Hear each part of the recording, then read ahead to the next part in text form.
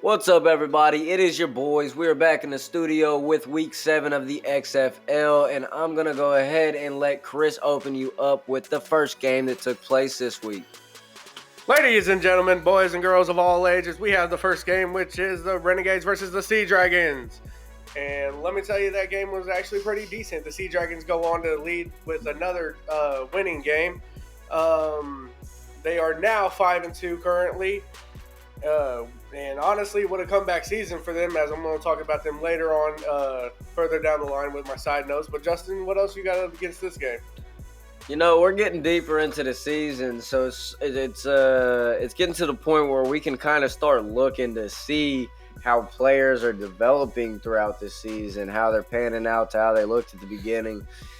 Both the quarterbacks, my God, dude, they look mediocre at best, man. They're throwing picks almost every single game that they play. Both of them, Danucci and McCarron. Yeah. I don't know if I want to call McCarron one of the best quarterbacks in the league anymore. I mean, it's getting to the point where he's wavering somewhere in the middle with a lot of. Yeah. With Danucci, yeah, I mean, honestly, with these quarterbacks now in the league, you really just see them, like you said, throwing picks. You know, McCarron with the Battle Hawks, he's throwing picks. Danucci, you know, these known players actually coming from the NFL, or, you know, you think they'd be better, you know, underneath. They were backups to current veterans now. Yeah. But, you know, you think they would learn something. But, honestly, they're more running the ball than they are really even throwing. So I think that's where they're messing up a lot. Yeah, I mean, I had that in my notes today. Ben Danucci was running for his life like usual most of his game. Right. Speaking about running, the Sea Dragons, I got some big news for everybody. The Sea Dragons have picked up a different leading rusher for their team. Yeah. Honestly, yes, he is a 1,000-yard rusher. He is from the NFL, who last year played for the Colts. Former Denver Bronco. That's when he was good. You better tell him when he was good. I was getting there. But yeah, he is a one-time Pro Bowler. He did play for, like Justin said, Denver. He's played for Houston. He's played for Miami. Last season, like I said, he played for the Colts. Yep. But it's no other than... Hold on. Oh, you want me to do it? Drum roll, please. Okay. Bruce Buffersaw. Go ahead. Philip Lindsay. Honestly, the Sea Dragons did, yes, pick up Philip Lindsay. Do I think it's a good thing? Yes, because you're bringing in a veteran for these guys that are still, you know, getting back into the league. He's a dog, man. He's a dog. I mean, I'm not... If he's healthy, he's a dog. I'm not dissing Philip Lindsay. Philip Lindsay is a great guy. I honestly wish it worked out for him with the Indianapolis Colts. I feel like he still had potential. So, but... Yeah, but also still speaking about the NFL, there is a wide receiver on the Renegades who has the last name Van Der Esch. And guess what about that? Is he related to that one Cowboys player, Van Der Esch? He is related to Leighton Van Der Esch on the Cowboys. Somebody told me that he was his cousin. Yes, he is. That is correct. You think that's connection or talent up in there? I honestly wouldn't tell you. It probably was, you know, Van Der Esch was like, hey, Dwayne, I'm going to slide you some bills, you know, let my cousin play. Hire my boy. Hey, I've been telling my boss that for months. But. Oh, man. But, yeah, like Justin said, as it gets later on to the season, you're starting to see figure out a lot more about these teams, how their schemes are really the most. So, let's hop into this next game as well, which was the Brahma Bulls versus the Vipers. And let's hop into it. I feel like Justin's got something to say about this one. Oh, man. I don't have too much to say about the Brahmas besides this is why I didn't pick a favorite team to start the season. Because, whoa, buddy. You picked... I feel like the team had great potential. The Cleveland Browns of the XFL. pretty much. I mean, I'm not going to deny the team is not doing good at all. That's not just biased from me. I've seen on social media throughout the week that they now have the Brahma Bulls at the very bottom of the power rankings, dude. Yeah, I figured that they were, I think their record is now 2-5 currently now. I don't know, but if you put them all next to each other, it spells out they suck. That's fair. So actually, I mean, yeah, I really ain't got much for the Brahma Bulls. I mean, can't really speak about them if they don't do nothing. So, I got a few things on the Vipers who their tight end Sean Price. Sorry, Sean Price. He got a touchdown in the game, but with touchdown, he had a nice little stiff arm up in there. I was like, okay. He was like, And then little fun fact about Sean Price though, he played in the 2020 XFL. Okay. Well, when COVID happened, he had to go on with his life. So now he was a former police officer for Ocala, Florida. So now that he came back, he had a great career. Now you're having one of your dream careers. So, I mean, honestly, it's working out for him. Yeah, it's pretty nice, and I'm sure his job will probably still be there if the XFL don't make another season. Another side note about it, though, for the 2020 XFL, he played for the Renegades back then. So now he's playing for the Vipers. So, nice little, move from Ocala. He decided he liked Sin City better, baby. One thing I do got about the Bulls, though, Fred Brown. He is now the holder of the first kick return in the XFL. I did see that happen, and my jaw kind of dropped at that moment because I realized before they had announced exactly what that was, and I was like, man, he did it. I mean, it was your team. That's probably one of the only things I guess I could have noted. The Bulls again. I could have noted. They hold a record right now, sir. However, the Vipers, the Vipers kind of destroyed them. They had the Brahmas offense covered on every play. The Brahmas tried a different quarterback. Yeah, I seen that this week. It still didn't work. Still didn't work. But the Vipers also had the different quarterback because of that Luis Perez trade. Right. When they sent him away last week, and they got the quarterback McClendon in there, who was connecting with Price not only on that touchdown, but a decent amount throughout the game. That looked like a pretty nice connection going on. It's crazy, though, the XFL, how it started. So, how we went in talking about the teams and everything. They got former NFL players in here. Well, first few weeks, we were talking about Josh Gordon. It's quiet now about him. Martavius Bryant, quiet about him. Yep. Kalen Balaj, Jack Cohen, nothing. I didn't think we was gonna be hearing about Kalen Balaj in headlines, dude. But that's all I'm saying is, like, you would think that these NFL players that came in would actually be something in the XFL. That's true. I mean, but now you just don't hear nothing from them, which is crazy. I think a lot of it has to do with athleticism over talent in the XFL. You're forgetting one key thing. Age. Some of them are up in age, I would have to say. And they haven't played football for a while. I feel as if the older you are, the more your athleticism declines, no? I mean, yeah, but you can always stay in shape. So it was implied. But the fact is during their off time, did they try to stay in shape? That's the thing. Yeah. Comment to myself. Yeah, that's fair. No, but yeah, so back to the Vipers and Bulls game. Like I said, I had more on the Vipers than I did the Bulls. The Bulls, I had that one kickoff return. That was about it. That was the most exciting thing for me to talk about that team. But another thing is that Rod Smith, the running back for the Vipers. Yep. So I don't know if you've watched college ball back in the day or not, but so you see that he wears number 15. Yep. Well, and you see that he did a good, clean hurdle for a touchdown, right? I did see that, now, tell me if this is weird or not, but Ezekiel Elliott and Ross Smith are both from Ohio State. Elliott wore number 15, but in the NFL he was doing hurdles. But now Ross Smith's wearing 15 and he's doing hurdles. I was like, maybe something going on with this 15 number on your jersey. Cowboys are going to be signing him soon. No, I just thought it was a little cool side note to say, something to bring up, think about. Since you brought up the running back room for the Vipers, I'm going to bring up one of their other ones that showed off his speed on one of the touchdowns. I think it was the second touchdown for the Vegas Vipers of the game. Love it.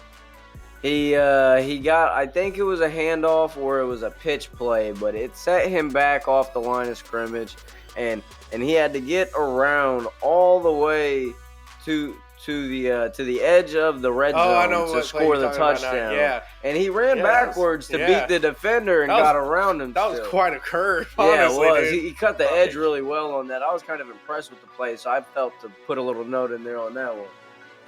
Yeah. Oh, man. Honestly, I'm going to need a drum roll for this next game, though. Oh, man. They finally did it! The Guardians have won a game! And it was against the Defenders. The undefeated Defenders lost to the losing streak Guardians. How? The Guardians are better than the Defenders, bro. It's obvious. I mean, oh my God, dude. I was just like, this game is close. It's getting even closer. And then the Guardians end up winning it. Dude, yeah, I'm excited for the Guardians. I mean, yeah, you're 1-6, but you beat the undefeated team. Yeah, I mean, you're talking about how close the game was. I mean, it was so close towards the end of it. The Defenders was literally trying to win it with a 60-yard, like, it wasn't exactly 60. It was a little more than 60, but 60th yard field goal. And they missed. Yeah, I've seen that. They missed. They didn't get that. That was a long shot at best. You said, wait, how many yards was it again? I believe it was 60-ish. Was it 63, I think? Yeah, that sounds close, maybe. That's not Justin Tucker distance yet, is it? He did 65? No, he did 68, I believe. We're not in the NFL could yet. be We'll have wrong. all those notes later. Vinatieri did 64, I know that. And Justin Tucker kicked farther than... Yeah, because he holds the record for longest kick now. So, because he's a dog. Probably about to be the highest paid kicker. Fully guaranteed. Well, in the game, though, there was this receiver, Briley Moore, who had an amazing possession catch, dude. Like, I honestly thought it was out of bounds. But they, XFL with the review thing, which is actually pretty cool, showed that his 1 foot was in because, it's college rules, 1 foot in, you're good. Yep. So I thought it was pretty cool with the possession catch that happened. Another thing is Jordan Thomas, receiver for the Guardians. He mossed a DC defender. Yeah, no, I seen that. DC defender. Yeah, no a DC defensive back. There we go. But yeah, he mossed him. He was like, give me that. We taking this dub today. I did see that. There was a lot of ball security issues outside of the passing game, though. Whenever it came to rushes, it seemed like it was just going worse and worse for both sides of the ball, really. Honestly, yeah. My thing, though, with this game happening now, you know how the Roughnecks, they, after their first loss, they lost again. That they become vulnerable. Is this going to be the same thing for the DC Defenders? What's your opinion on that? I mean, we might see that, but at the same time, 6-4 still puts them above a decent amount of the records in the league, if they wasn't to win another game. But with Tamu, with Abram Smith, and all the receivers, Abram Smith is the rushing leader, by the way. Yeah, he is, because he is absolutely killing it in the XFL. Honestly, if he doesn't attempt, or if anybody doesn't attempt to at least sign him for a backup running back, I mean, he's been showing his work, and I feel like he should at least get an offer. I mean, coming from the XFL, don't expect getting like a huge contract. Yeah. But I mean, any kind of contract would be a good start for him. Yeah, anybody that comes coming out of from the XFL for sure. Yeah. But other than that, as you guys know, I shouted and praised the Guardians, but both streaks are now over. Your losing streak is over for the Guardians. Your undefeated streak is over for the DC Defenders. Honestly, it's getting kind of crazy. I guess we'll just have to see how this season ends. Like I asked Justin, is the DC Defenders going to be vulnerable or not? I don't know. Just keep watching the games. I'm excited. I'm excited for when the Orlando Guardians go and they win the championship game. If that happens, dude, they have to have another season of XFL. No, I low-key don't know if that's actually possible, but I'm pretty sure all 8 teams should be in the playoff. You know how many people are probably going to, if that happens, you know how many people are probably going to go on Twitter and be like, scripted. Scripted. Yeah. Next game we got is the Battlehawks versus the Roughnecks. Battlehawks, are actually starting to do a lot better now. They were on a good run, fell off, now back on a good run. Roughnecks, good run, now just falling down the hill. Yeah, I mean, speaking of power rankings, since I trashed your Brahma Bulls so hard, there we go. The Roughnecks finally came. The Roughnecks are slipping in the power rankings too. Some people had them sitting at 5, others at 4, but that would put them at a 1 to 2 team position drop, right, within 1 week. So they could be sitting pretty down there by your team by the end of next week if they don't turn their play around. Yeah, and like I said earlier, your Roughnecks were doing good, then fell off. They have now lost their 3rd game in a row. So now they are 4-3 currently. Your Battlehawks now are on the come up. They're 5-2. So honestly, hey, come back, McCarron. Yeah, no kidding. It might not be in the game, but he's coming back with the record. That is fair. But speaking about this game, Akeem Butler for the Battlehawks. I almost said Roughnecks. Jesus. But for the Battlehawks, he did also like Moss catch. He did over the back, like he reached over the guy and got the ball from him. Yeah. I'm like, what are with these catches, man? Yeah, I mean, you get these. Everybody trying to outdo the Odell catch. Yeah, hey, they're trying to compete for that XFL catch of the year, is what it is. Yeah. The Rock ain't even mentioned that yet, but they're all fighting for different awards that they didn't even know existed. Yeah, Rock's gonna be spending extra money now. He was like, I thought I was just handing out money at the end, but here we go, MVP, catch of the year. Honestly, yeah, we don't know if they are doing awards or not, but if they are, I feel like it'd be pretty cool. If The Rock needs trophies, bro, like my dad's got all my participation ones from growing up, so that'd be wild if he handed out participation trophies. Yeah, honestly, Roughnecks are living up to their team name though, because it's looking rough for them. Yeah, it is. I mean, but Houston sports often do. They might not look so bad. Texas, in you the need to figure NFL something out. Like, year, as a whole state, you need to figure something out. Like, you need to move your teams around or something. Like, don't call them the Dallas Cowboys no more. The Houston Texans. Yeah, and the Houston Roughnecks. Actually, just get out of Houston. Houston Go to Austin or something. Problems. I repeat, Houston has problems. I'll tell you who don't have a problem. And this ain't even a sport we talk about. San Antonio Spurs. They got championships. Thanks, Tim Duncan. But yeah, like I said, Roughnecks are falling off, man. They need to figure out by the end of the season, like, where that spark went. I mean, I feel like after that first loss, they became vulnerable. And now they just lost 3 games in a row, back to back. Yeah, they're riding like a really sucky momentum train right now, and it's just slowing down every week. They're probably going to look worse than the Guardians by the end of the XFL's regular season, if you ask me. I wouldn't be surprised if the Guardians they keep it up, man. Yeah, I wouldn't be surprised. I mean, honestly, the Guardians, they like I said last week, every week now it seems like they're doing something to get better. And Dormandy actually looks really decent in there at quarterbacks.